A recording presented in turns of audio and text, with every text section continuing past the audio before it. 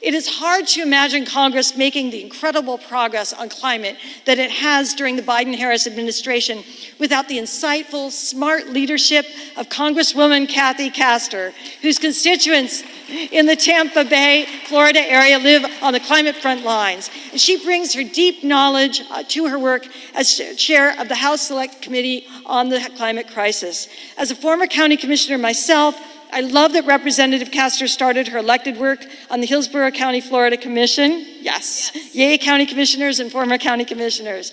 And that her critical work at national and international levels is informed by the experience of heading up a county environmental commission, which is what I also do now. So please, let's give her a warm welcome.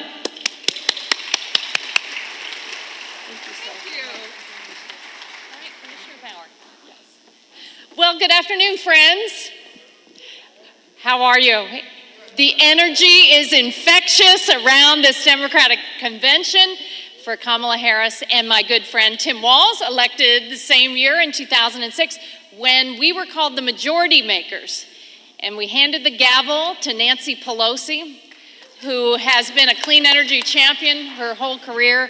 But if you remember at that time when the Democrats took the House in 2006, she created the first climate committee. It was called the Select Committee on Energy Independence and Global Warming.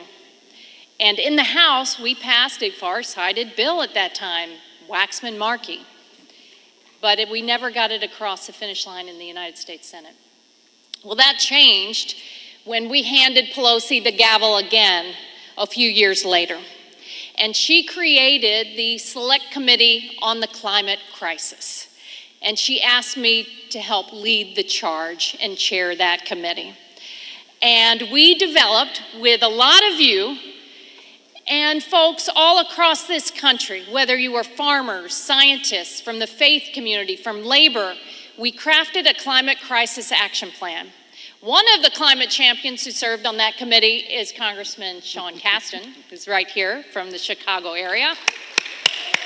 You're gonna if you don't know Sean, you're gonna love Sean. But our committee, we made about 700 policy recommendations at that time.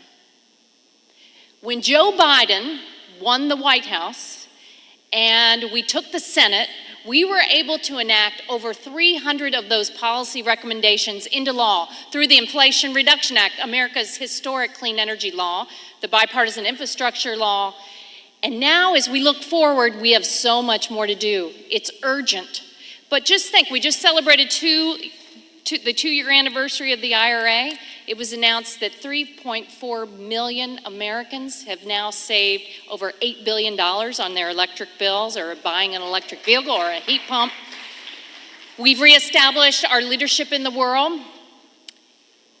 And do you think it's time to go back?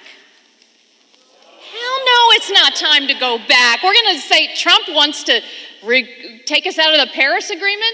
That's so decades ago. Look, it's urgent.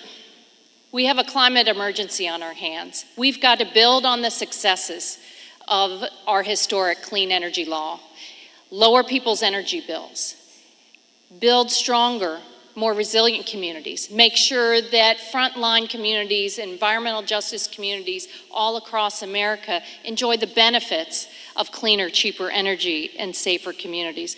What's your favorite part of Project 2025, by the way? Is it we're gonna hand the power back to polluters? No, that's not my favorite part. Is it you're going to withdraw from the Paris Climate Agreement again and withdraw Americans' leadership from the international stage? No, we're not doing that. Is it maybe that wasn't Project 2025, but what maybe you it got your attention when Donald Trump sat down with polluters at Mar-a-Lago and said, you give me $1 billion and we'll roll back the IRA. People need to know this across the country. More Americans are awake to the impacts, the cost of the climate emergency than ever before. And you're the leaders. You're the frontline messengers who we need to help tell the story about how we are lowering their bills. We're building safer communities. We're growing the middle class. And we see clean energy as an opportunity, a way to innovate and to make sure that America is a leader in the world. So we're not going back, are we? Are you with me? Are we going forward with Kamala Harris and Tim Walz as our climate champions? And all of you are going to be an important part of it. Thank you so much. God bless you.